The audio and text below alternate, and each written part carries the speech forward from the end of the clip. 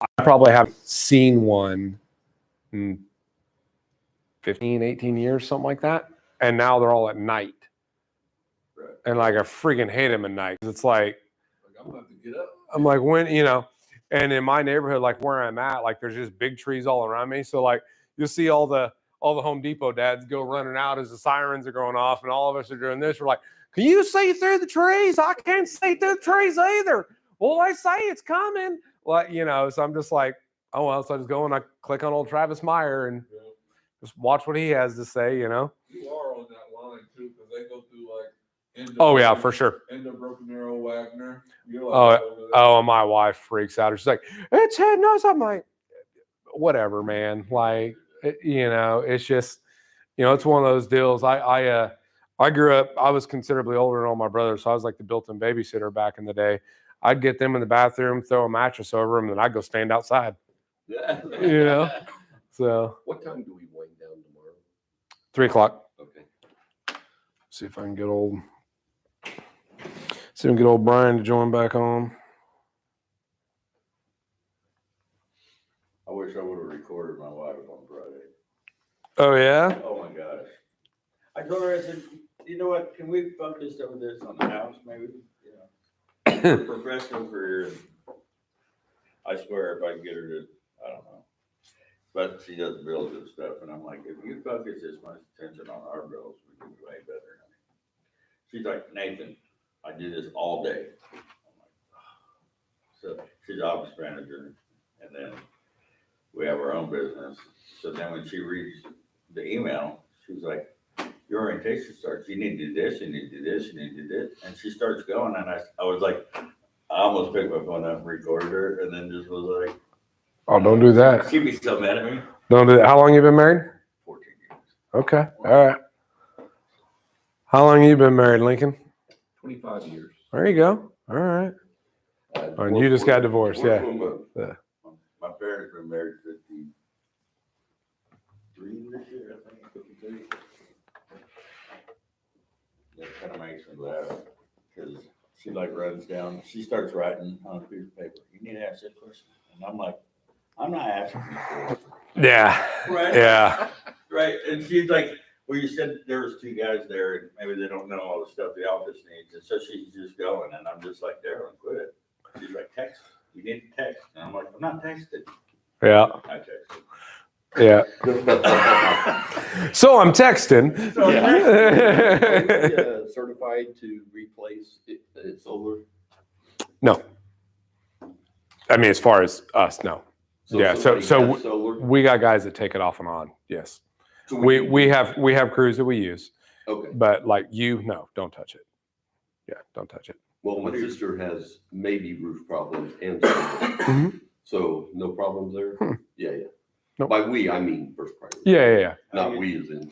Well, I had a guy the other day. He's like, hey, he was like, wanted to just do a quick fix. I'm like, you're probably not wrong. Don't freaking touch it. Like, no, don't. Let somebody else. You would hope so. Yeah. So unfortunately, solar was such a lucrative thing. Oh, it's like anything, like there's good and bad, right? But technically speaking, if you put solar on a roof, the roof should be in really good shape. And I've seen solar put on some roofs. It's like, how, so, which sucks because now it's going to be an expense for that homeowner and, yada, yada, yada. So it's just one of those deals. But solar, we aren't going to have it. Like it's a big thing in Utah and Colorado. Our other branches, it's not really as big of a deal. It's a lot in Dallas. There's a lot. You definitely more than here, but you ain't no Colorado. Like Colorado, I swear, like if you don't have it, you're probably looked at like you're a freak or something. I got it, but I didn't. Brian, can you hear me, buddy? Yes, sir. Okay. All right. I couldn't see your face. I didn't know if you was back at it or not. You might let him see his hand go up. Yeah. Oh, yeah. I can't see you, so if you wave your hand, I'm not going to know it. All right. So let's keep ourselves moving before we get into a food coma, which is why I fed you real cheap and poorly. Plus I'm cheap. I guess there's 2 reasons. Let me clarify. house. Yeah, right. That's I gotta save that stuff up. Yeah, I shouldn't have told you. All right, so goal setting. I'm gonna tell you right now. So there's a little hidden thing about this, and you've been around a door knocking scene, so you may know a little bit about this. The roofing industry and the sales side of it is like self-development in disguise. Like legit, it really is. If you do not work on you, you will fail. That probably seems like I'm trying to be this motivational guy. No, like I'm telling you, it's freaking true. Like if you're not trying to get better, you will literally get worse. Like if you're doing amazing, you're making good money, you're like, bro, I'm just gonna stay on this plane. Like you literally, like, I guess the way the mind works on a flat plane means this in roofing. I can't explain it, but I promise you it's 100% true. So this may come as a bit of a shocker to you guys. I'm a bit of a specific goal-oriented setting kind of person, but I had to notice I had to continually change them. Okay. So rule number one to goal setting is one, you got to write it down. So if you don't write it down, it's not a goal, it's a dream. So legit, by show of hands, this means you too, Brian, how many of you actually have goals? Meaning you at least have to have it wrote down. Okay. So now, I'm not going to get, again, I'm not a motivational speaker kind of guy. I'm not going to get into like, there's some things like, your goal needs to be so unobtainable that's not even funny. Others say it needs to be obtainable. I'm not getting into that. What I'm going to get into is what I think a lot of people go wrong, and especially in this, is I'm going to go over with what I call the math equations on how to actually do the work. So set your goal. I'm going to teach you how to do the math to get that goal, because that's where most people actually, generally 95% of people fail by not even writing a goal down. And of those people, I'd say almost all of them don't actually know how to achieve their goals. It's just a goal. So we're going to talk about how to actually achieve them. Granted, most of this is going to be roofing sales related. There's going to be some personal stuff in here too. Take from it what you want. So goals number one are about finding your actions and measuring your actions. If you measure the results, you're measuring the wrong thing, because your results just tell you you're not doing it. It doesn't tell you what you need to change. So you need to measure your actions, okay? So let's say when you're measuring your actions, you now know if one, you either solve the correct problem. So if your results don't get any better, you solved the wrong problem. Or maybe you took the right actions, but you didn't take enough actions. So, hey, I got closer to my goal, but I'm still not there. Well, so what you did worked, you just need to do more of it.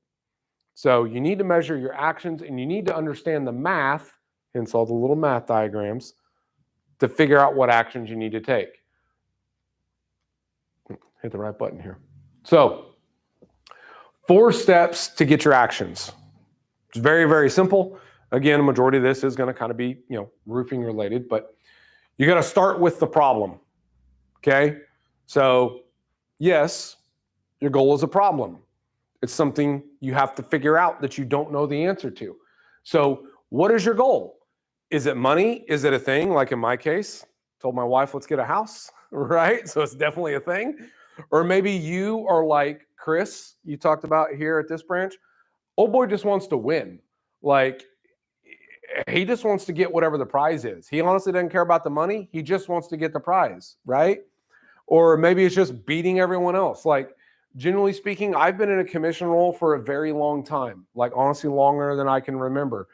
And I legitimately have never really put an income goal that I wanted. I just wanted to be the top, because if I'm the top, I'm probably going to be doing okay on the income side of things. So for me, when I set goals, like if I chose this job, then I knew what this job had to be capable of X amount of money. So like I wouldn't even be working here if the job couldn't make the amount of money I think it should. So like I already accomplished that. I'm not even thinking about that. So my goal setting, generally speaking, isn't going to be about money, just me personally, okay? But Again, maybe your goal is for like a total number of roofs. Maybe you don't care how much money you make or whatever. Maybe you just I want to sell 200 roofs because I heard like the best guy ever sold this many, whatever. So whatever your thing is, what is the problem? You got to define that to start with. Number two, once you know the problem, let's do the math to define the actions to solve that problem. So Brian, you're going to notice this is where it's going to talk about the question you were asking me a little bit ago. So how much of blank do I have to sell to get that many? So when blank becomes an action, again, what's the blank? What is your top one? Whatever your top thing is, whatever your goal or goals, maybe you got more than one. Hopefully you got more than one. So number three, and this is where, let's say you're doing really, really, really, really, really, really, really good because you are a good individual. You already have goals. You've wrote them down and you've actually figured out what actions you need to take. This next two is where the next big drop is that causes people to fail. Number one, you don't do the thing. It's number three, but yeah, it's number three, but I mean number one. Meaning you know what you need to do, but something happened, right? Like, so for example, we all know that if we exercise every day and we eat well, we will be healthy. Yet, the very large majority of us don't do that. Number four, you need to measure it. So cool, you have a goal. You determined all the things you do, but you're not actually measuring. So kind of like something that's real known in the dieting fitness community, whatever you want to talk about, you think, oh, I'm doing well, until you actually start measuring your food. You're like, oh crap, I'm either eating way more than I thought I was or nowhere near enough. Like I, for a long time, thought, oh, I'm just hammering out. I'm getting a ton of protein in. I was like 100 grams shy of what I need to be taking. I'm like, oh, I actually am really not doing this well. Shocker, did it for 30 days and made huge improvements. You have to measure. You have to do it, and you have to measure it. So, a simple mindset formula for goal setting. Your actions that you set, your math that you do, you need to set it in such a way that it is inconceivable not to get your results. Meaning, if these are the things I ate every single day, and I did this every single day, this is what I'm going to look like. Like, it's just like, I don't care who you are. I don't care what your genetics are. If you do this for a long enough period of time and you don't miss, this will happen. So that's what your goal setting is. If I do this thing, I will make this money, period. So that's how your math needs to be done. It needs to be inconceivable that you can't accomplish it. If you set it and you think, all right, if one thing gets missed, I'll miss, you're not solving it correctly. Back it up. So, some examples. I was asked earlier, how many doors a day do you need to knock? So, this is where I'm going to inform you measuring and doing goals and tracking is so vitally important, because this right here is industry average, aka first priority average. Meaning, this is not what it would take for me, but maybe it would take more or less, right? So this is average.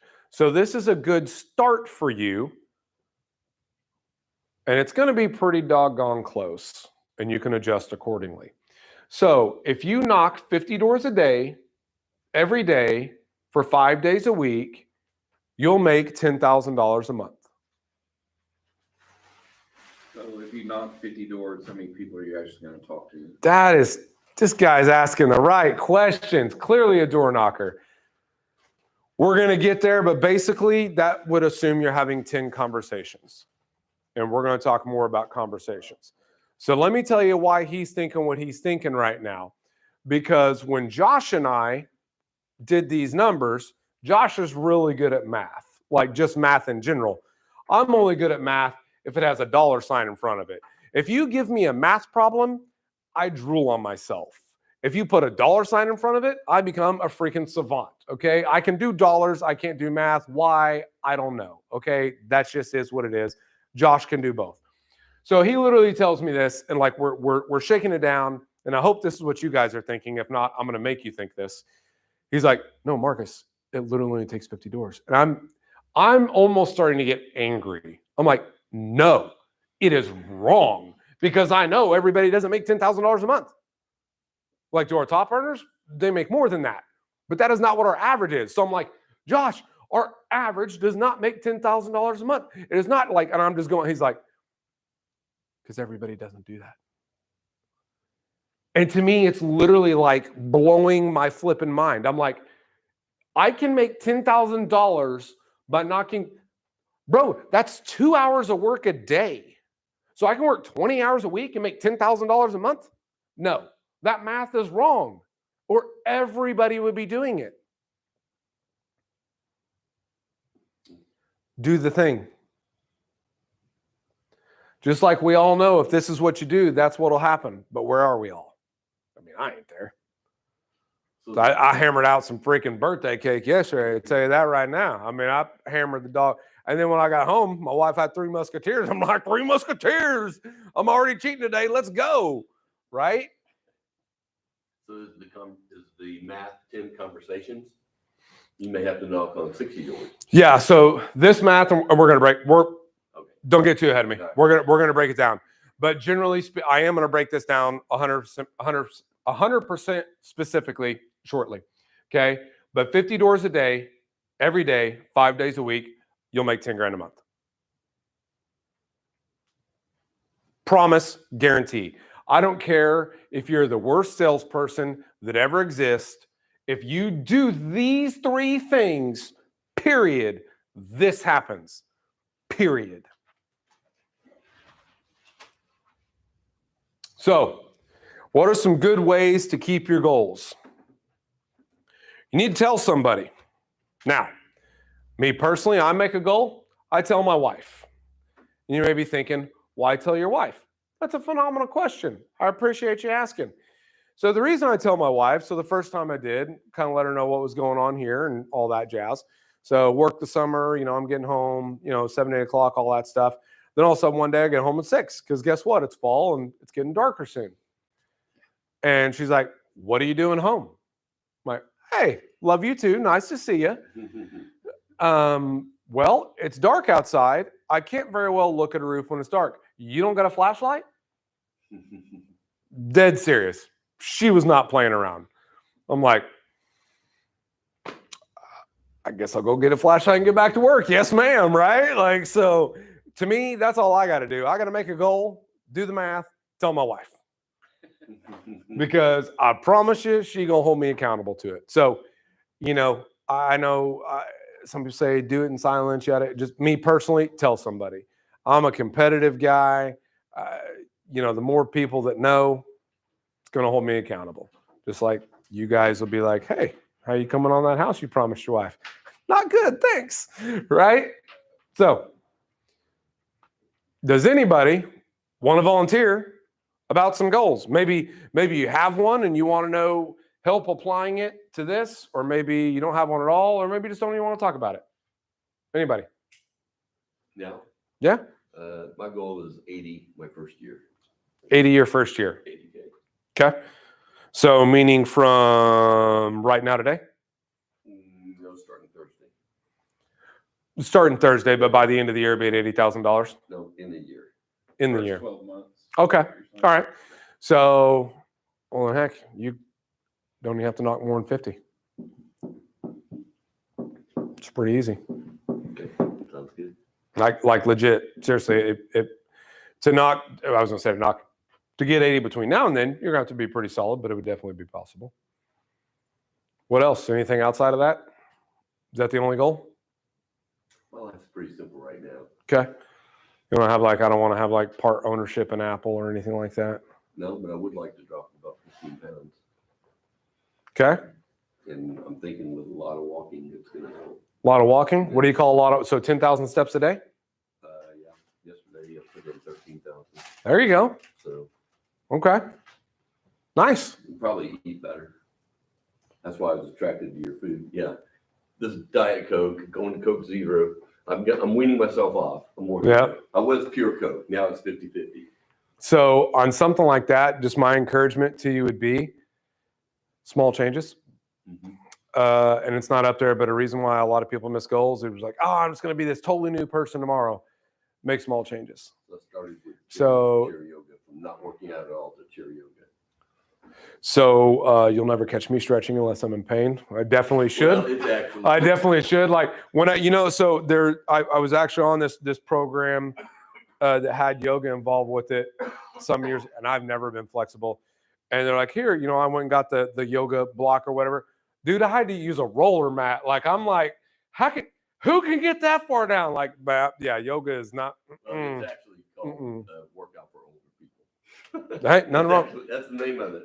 So do something. 12 minutes a day. Yeah, just pick something that you can do. And as far like if your diet is just complete trash, just fix one part of your diet. Like for me, so I've been having to eat well for a while now. I used to be very fortunate. I could eat whatever I wanted and nothing happened. And then all of a sudden one day I'm in the mirror getting ready and my wife kind of catches me looking, right? And she's like, yeah, those have been gone for a while.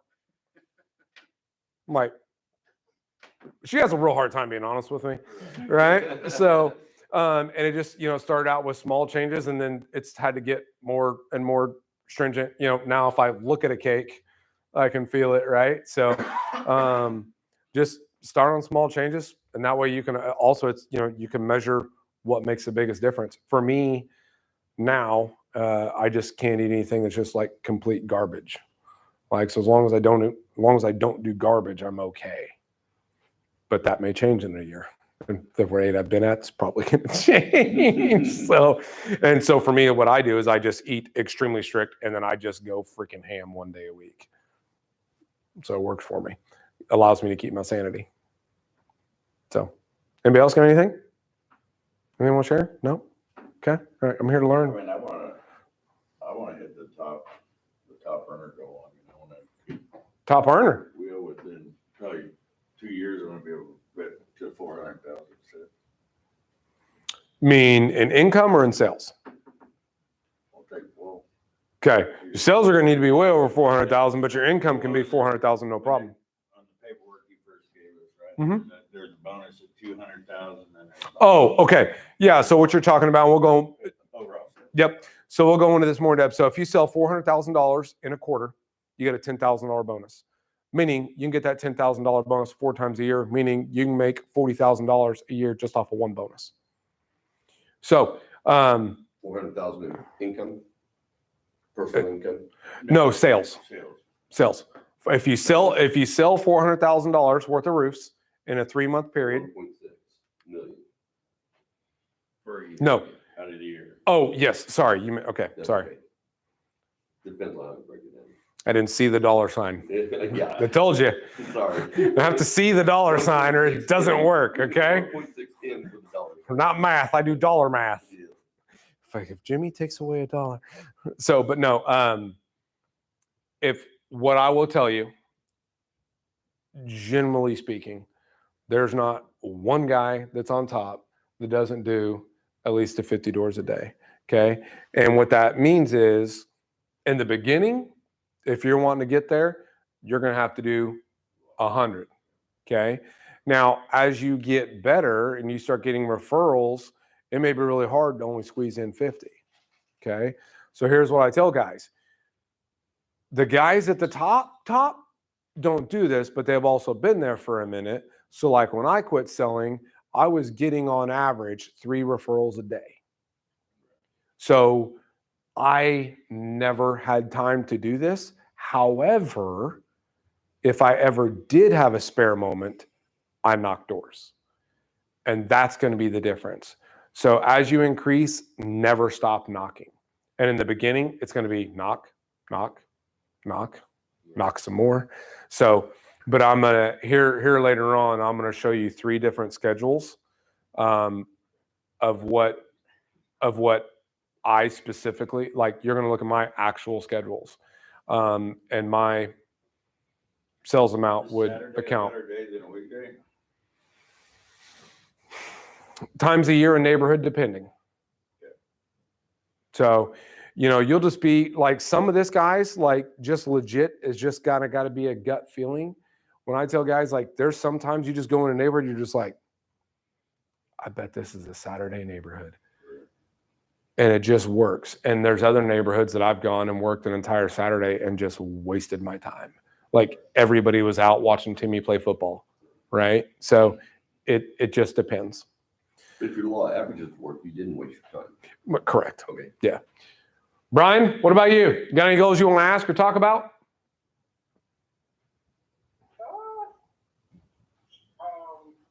So generally, like, to hit that quarterly bonus of 400,000, roughly how many sales is that? You're gonna need to do. I have this answer.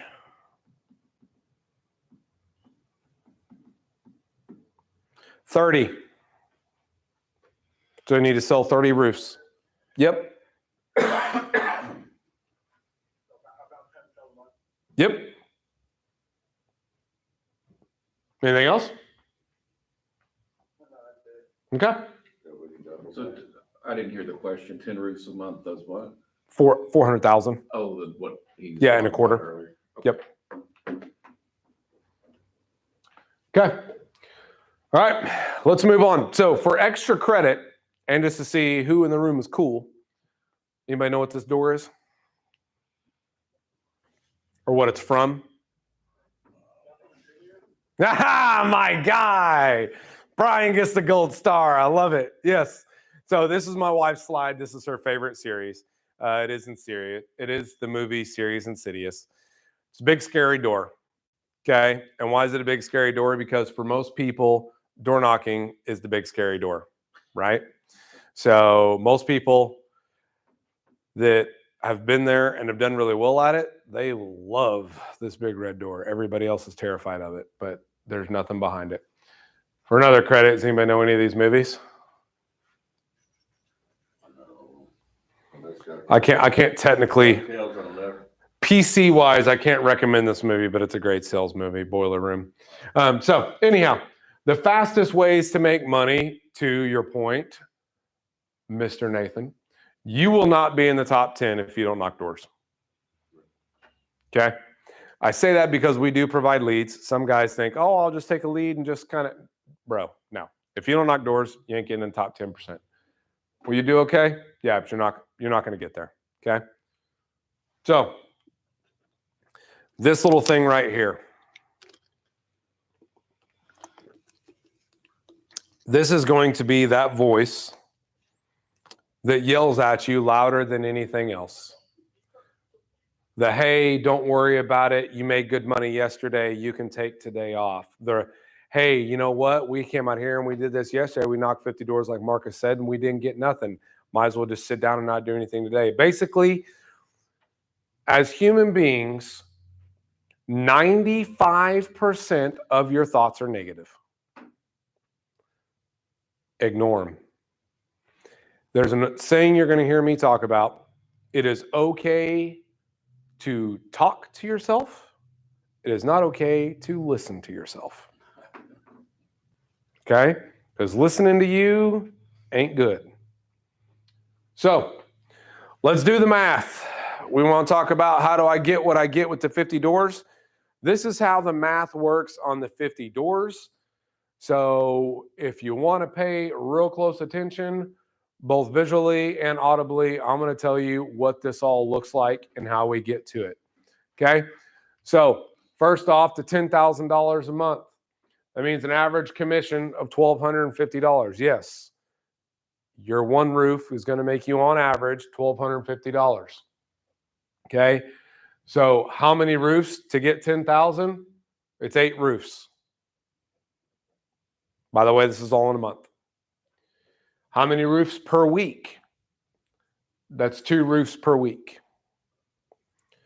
So now we get into, from here down, the things you have to do to achieve these results. That means 3 authorizations per week. Now you're probably thinking, authorizations, versus contracts. Well, one, what are the difference in the two and why is there a loss? Authorizations, don't worry, we're going to get into later, but basically it's the beginning of your sale, but it's not necessarily a sale in itself. So this is, you had 3 people say yes, but either your insurance company denied it or they found another contractor, whatever. Okay. So generally speaking, if you get 3, you're going to lose one of them. Just again, going off of average numbers. Okay. Means on average, you're going to have to do 5 inspections to get your 3 authorizations. Again, just average, because you may get on 2 that you can't sell, or you may get on 1 that you can't sell and another one that didn't need it. Right. So just generally speaking. So how many doors does it take to get to all of this? Well, it's 250 doors a week, 50 doors per day. So there's how all the math actually shakes down. Now look at that, entering the man that did the math.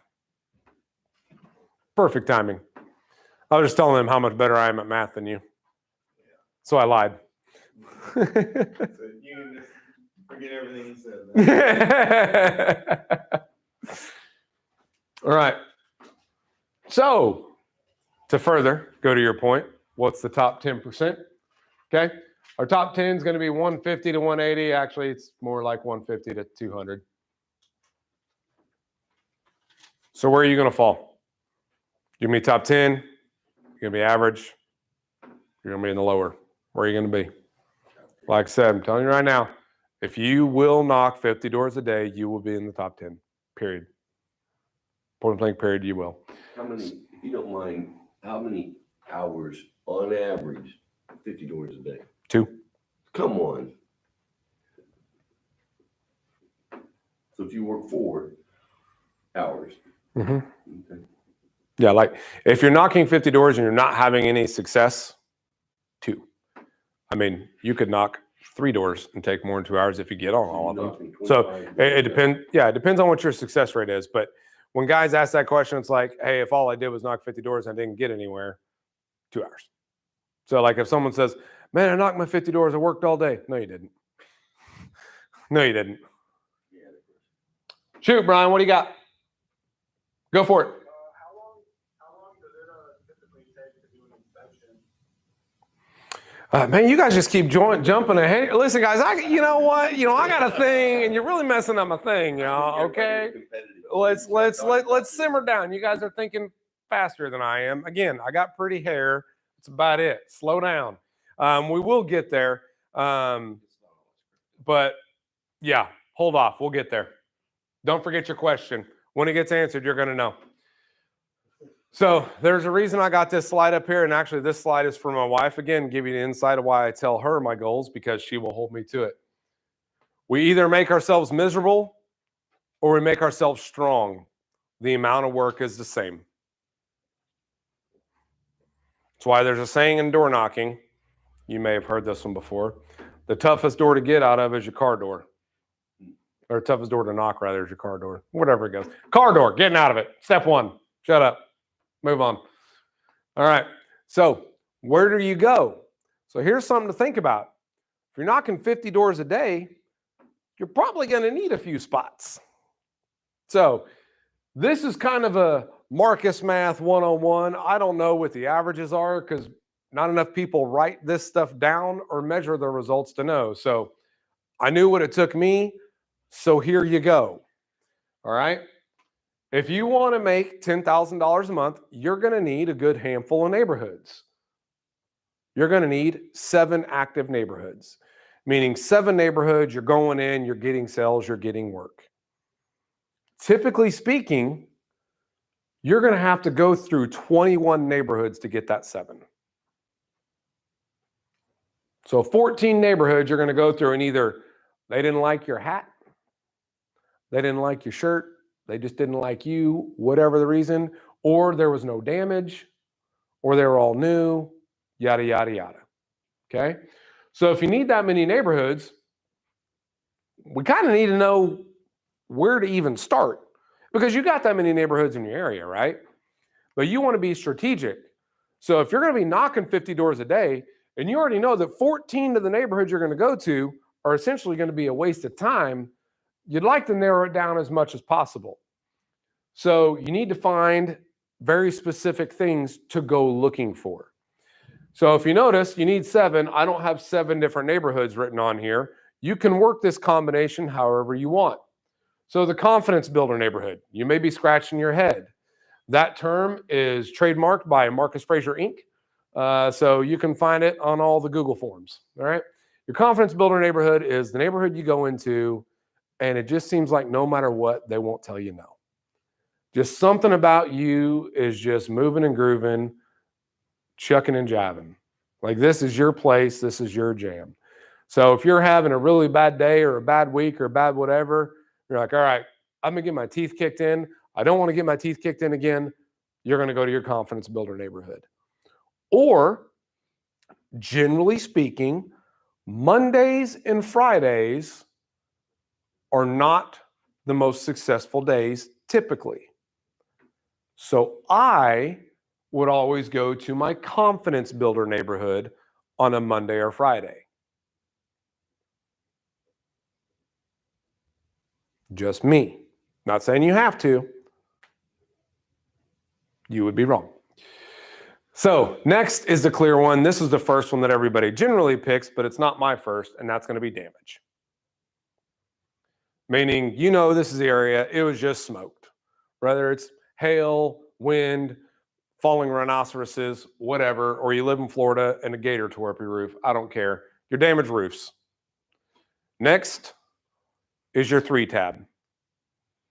Now, a lot of the times, the 3-tab and the confidence builder are almost kind of the same, because if you go to a 3-tab neighborhood, everybody in the neighborhood is pretty well aware of their situation and they need a roof. Like if you go into a full 3-tab neighborhood, like just the whole neighborhood's 3-tab, trust me, everybody there knows. Like, because remember, when you're door knocking, the hardest thing you got to get over is they don't even think they got a problem.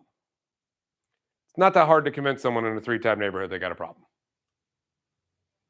Okay. So next, discontinued. Why do we want discontinued? Because most roofers aren't going to go there. Because most roofers don't know the amazing things that you guys now have in your brain, and they're never even going to knock on that neighborhood. So it's wide open spaces. Next, your bad wind damage neighborhood, which could be architectural or 3-tab. It's more than likely 3-tab, but just in case. And then your big boys. You just want those ones that, you know what, you're having a killer week. You can't be stopped, won't stop. You just want a big fatty commission.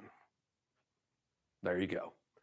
And just like the opposite, I wouldn't go to your big boy neighborhoods on a Monday or Friday. That's going to be a Tuesday, Wednesday, Thursday. And here's the reason why. Your big boy neighborhoods, Mondays, generally speaking, they probably got a job they're working pretty good at, and Monday's probably a pretty big day for them. And Fridays, they probably reward themselves with date night. So, big boys, I would only do Tuesday, Wednesday, Thursday. Just my recommendation. You all follow me so far? All right, so now we got the best for last. And I'm running a little bit slow on time because you guys keep asking questions and you're beating my slides, and I feel like you've been looking at my computer when I'm not around. So, the number one rule of inspection and the number one symbol in everybody's mind should be this one right here, the OU. So, if you're not thinking Boomer Center, what? Did a Texan just say roll tide? First off, you're not allowed to say roll tide anywhere other than Alabama. But you know what? Hey, I'll take that over Longhorns. It could have been worse. It could have been you and Chris. And you, basically, I roughed Chris up. Chris is kind of tiny. You know, he's, I'm a Boomer Sooner, son. Absolutely. Okay? Listen, my mother grew a champion. Can't be a champion and not be a Boomer Sooner fan. Ain't that right, Josh? That's a lot. So, the number one rule, other than Boomer Sooner and kick anybody that says roll tide in the teeth, it ain't about you. This is where all of the other roofers get it wrong, but you're not all the other roofers. You're studs. You're legendary. You are the top earners of the industry. You don't make it about you. And it's going to be really, really, really hard to do that on some days. I promise you. It's going to be really hard. You're finally going to get up on a roof and you haven't gotten up on a roof in a week. It only needs what it needs. If it needs it, it needs it. If it don't, it don't. Keep it in mind. It ain't about you. You're not on that roof for your commission check. You're on that roof to help somebody. So, inspections. Here's some things you need to know about them. One, it is the single most important thing you will do for the homeowner. It is where you will get to show you are who you say you are. So if you're down on the ground, you're knocking on the door and you're telling them what a professional you are, and you get up top and you go, I don't know what this is. You're not, you just lied a whole lot, right? So that's why you guys get trained. This is where you are a pro. This is where you show them you are the one. For an example, the guy last week that just went in the same training that you guys are and then sold a cash job the very first day, which I'm still undetermined if I'm happy about or mad about. Still on my records, little turd. He was better than the other guys. They'd been dealing with other roofers. They'd been wanting somebody else, and he immediately stood out, and his words were, because of what we knew. And most guys, when they go up there, they ain't making it about anybody but them and their self and their commission check. Okay? So, remember when you're on the roof, you are looking at their home.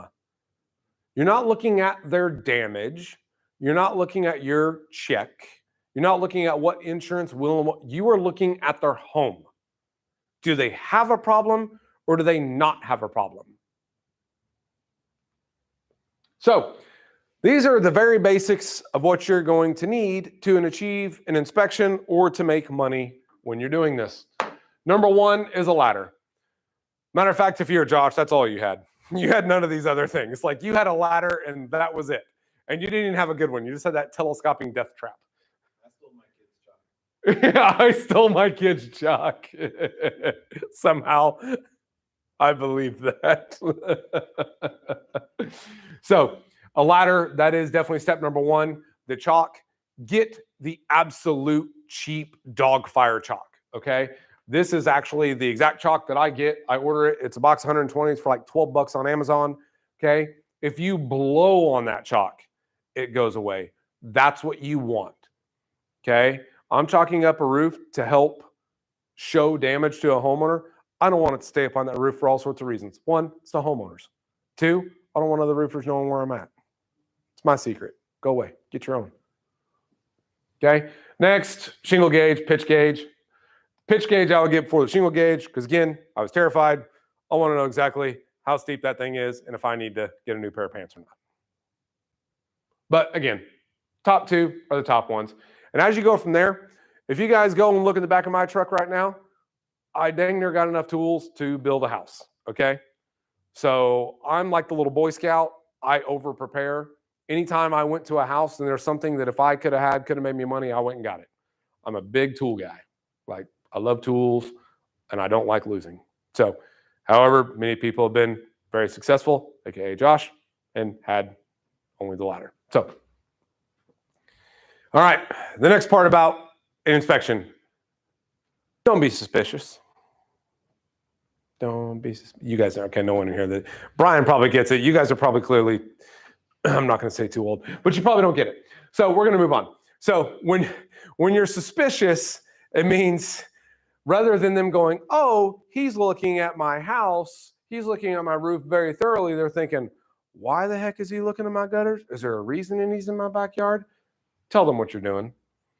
So a big mistake that every one of you is going to make, you're going to get that first one, or maybe you're just going to get your first one that you've had in a while that tells you, sure, go ahead and look at the roof. And you're just going to run right up on the top of the roof.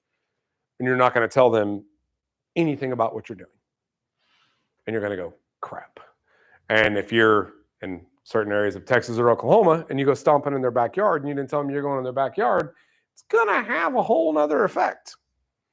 Or if you're like me, you were talking to the husband and the husband didn't let the wife know, and the wife didn't bring the attack guard dog, Akita, in, and you have a moment. Ask me how I know. Mhm.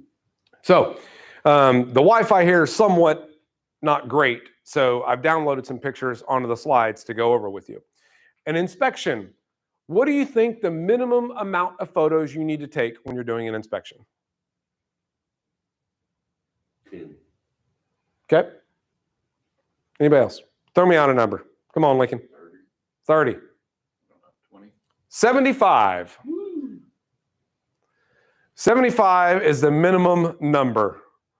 And if you thank goodness they didn't turn around and look at you, you're trying to ruin this whole thing. You copying me on that, Brian? What's the magic number? 75 what? The minimum number of photos you need to take. Okay, yeah. Your face is on the screen. You got to do better than that, man. Come on. All right, so here's the thing you need to think about when you're taking photos. I've had a lot of guys call me up and be like, hey, can you help me out with this? Because with our company cam, which we're going to get to here in a second, I can look at your photos. I've had them go, hey, can you tell me what's going on? What improvements do I, what is it going to take to fix this, blah, blah, blah. I don't even know what I'm looking at. So if I'm the guy who, to Lincoln's point earlier, knows more than anybody he's ever met, can't understand what's going on, and I do this all day, every day. Remember when you said that? How is a homeowner that does not do this every day going to have a clue what they're looking at? Your photos have to tell a story. And you need to take photos to where if me, the homeowner, whoever is looking at them, they completely can follow along with what you're talking about. If they can, you're doing well. So you guys all got that person in your group that tells really bad stories and the person that tells really good stories. Don't be the bad storyteller. Okay? So you're going to take a picture of the front view of the house. And you may be thinking, okay, why are you spending so much time on this? Well, there's a chance that maybe your product gets delivered to the wrong house, and then your crew starts working on the house that the product got delivered to that was the wrong house, and they start stripping off a roof to the wrong house. Ask me how I know. Oklahoma City made the So you take a photo of the house for all sorts of reasons, okay? And then the next thing you take a picture of is the address. Now, whether that's on the house, the curb, the mailbox, I don't care. But take the close-up number. And honestly, the reason is because guess what? Technology, as you guys heard earlier, not the best at it. Sometimes if you select the wrong thing, you could actually select at a different address, but if they see all these photos, like, they at least know to pick up the phone and call and maybe figure out where the problem is, right? So after that, you're going to make your way around the house left to right. If you want to go left, you want to go right, I don't care, but pick a direction and you just continually go that direction from front to back. And yes, you're going to go in the back. We'll talk about it later. But you are going around the entire house.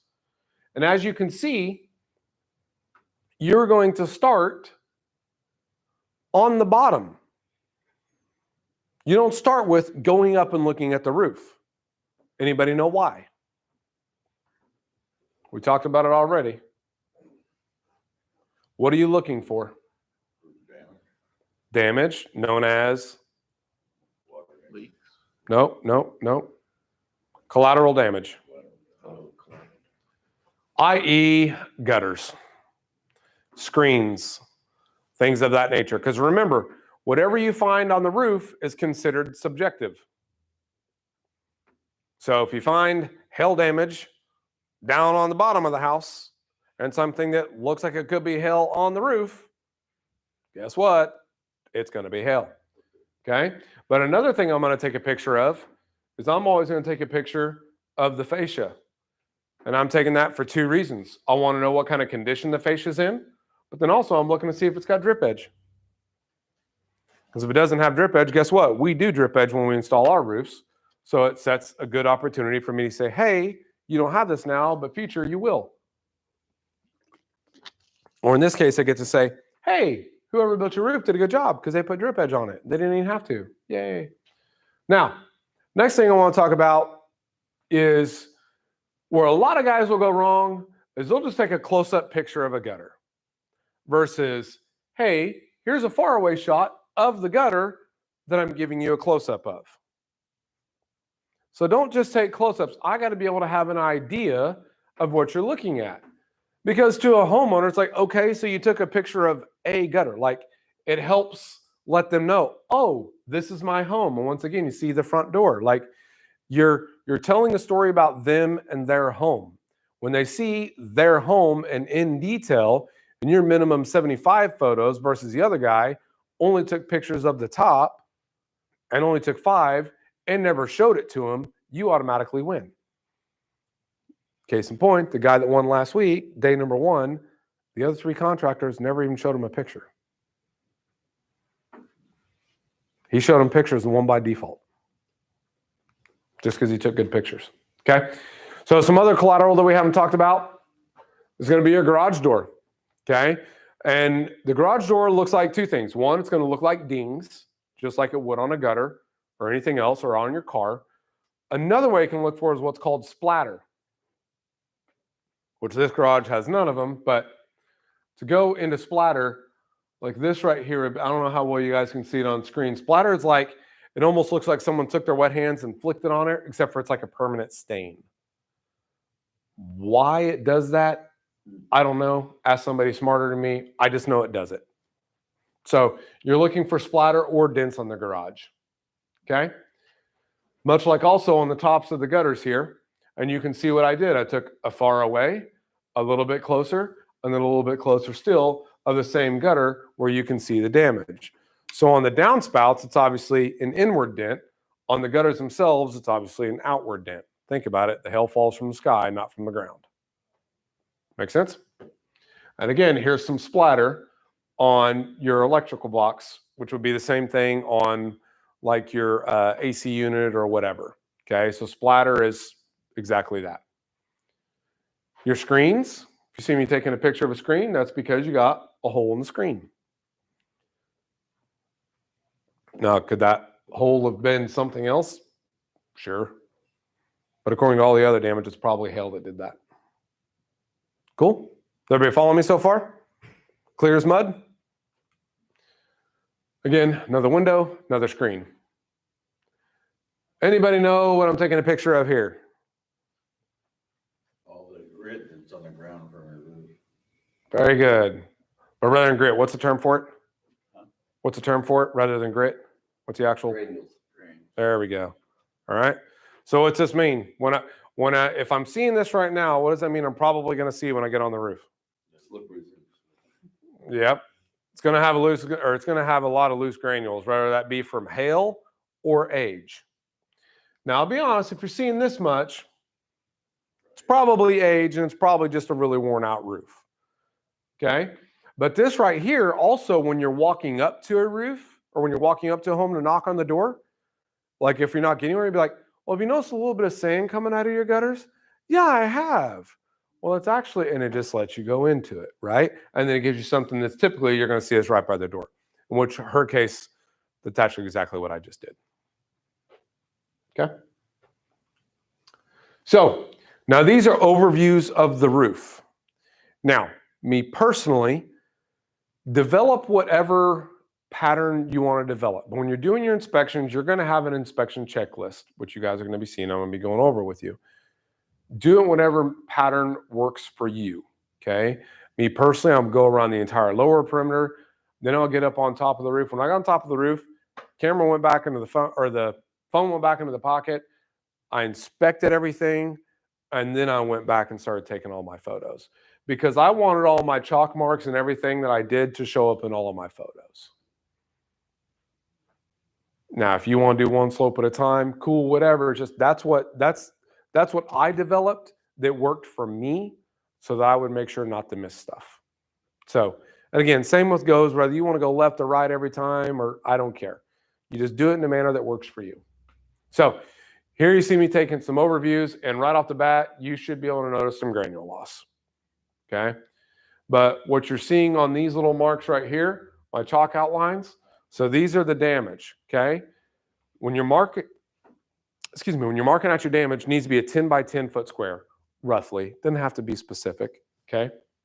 And what you're doing, you're making little box outlines. You're making a little 10 by 10 box. And you need 6 forms of damage. Okay. Well, I guess you either need a shingle, if you got more shingles, that, you know, wind damage wise, it's however many. In this case, it was hail. You need 6 hits.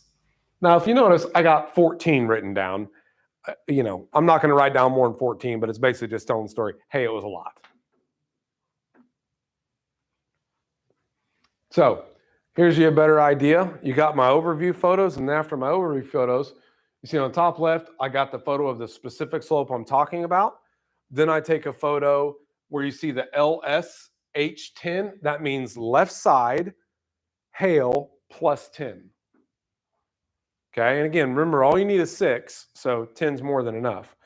And the left side, what's that mean? You need a front, back, left, and right. You need all 4 sides. To get it clean, Yep, not just one 10 by 10. correct. Now, let's say in this case, this roof had like 4 left sides. I only need the 1 left. So I don't need every slope in the house. I just do need all 4 directions, front, back, left, right. So pick whichever front, pick whichever back, pick whichever left, does that make sense? Everybody follow me? No one told me that until about 6 months in. An adjuster told me. I was like, I've been spending so much time on these freaking roofs. I'm like, I literally could have saved hours a day. I'm like, why did nobody tell me this? I probably did get told. I just didn't know, right? But whatever. When that stuck to me, I'm like, I want to make sure everybody knows you only need 4. So, and here's a close-up of the hail damage, okay? Now, if you look at this first bottom left photo, that's a little bit, you know, more clear cut. Versus this one on the right, there's so much granular loss, it's kind of hard to say what's hail and what's not. Like, let's be honest.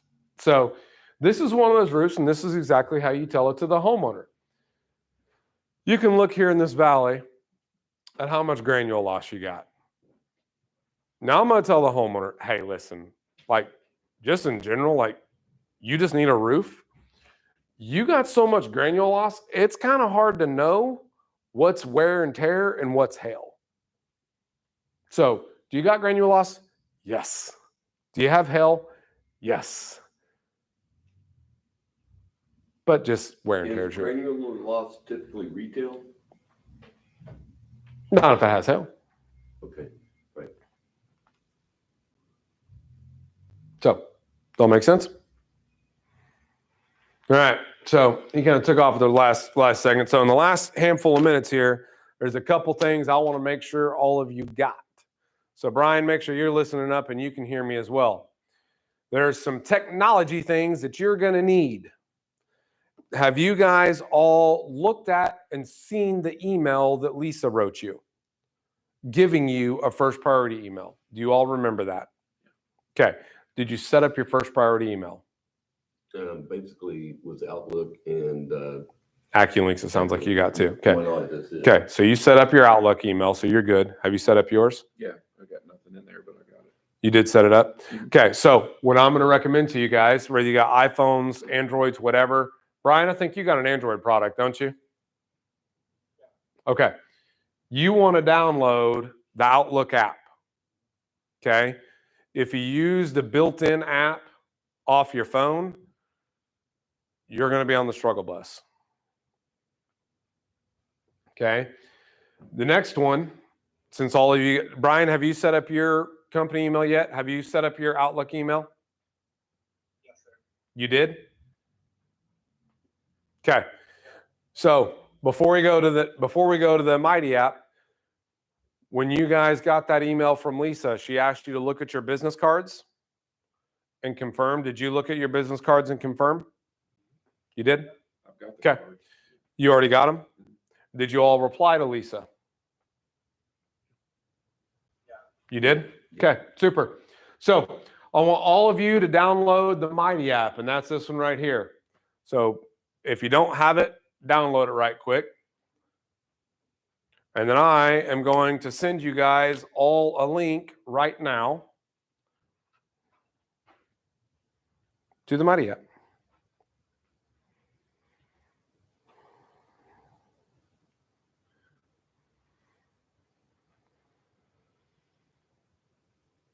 Networks.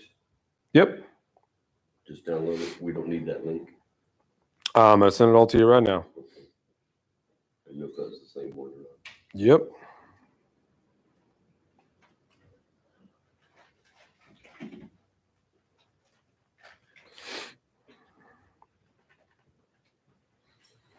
Okay, I've just texted the Mighty app to all of you. So, Nathan, what you missed, did you get your company email set up? Okay, so you need to go into your personal email. Lisa would have sent you an email giving you your first priority login.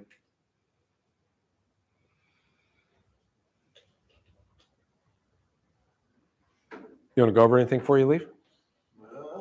Lisa, think you did a good job? Don't lie to people. Just wanted to say hi to everybody because I won't be in town the next couple of days. So I just wanted Good to see you. to see you, John. Yes, sir. And again, good to see you again. Good to see you, Josh. Nathan, you made it? Not bad. Ooh, Is this what you just said? good. Okay, so. Yep. Brian from who? From Lisa? You would have got it from Lisa. Yes. Lisa last name. Lisa at first priority. Well, for what you need The to. record so far is 5 authorizations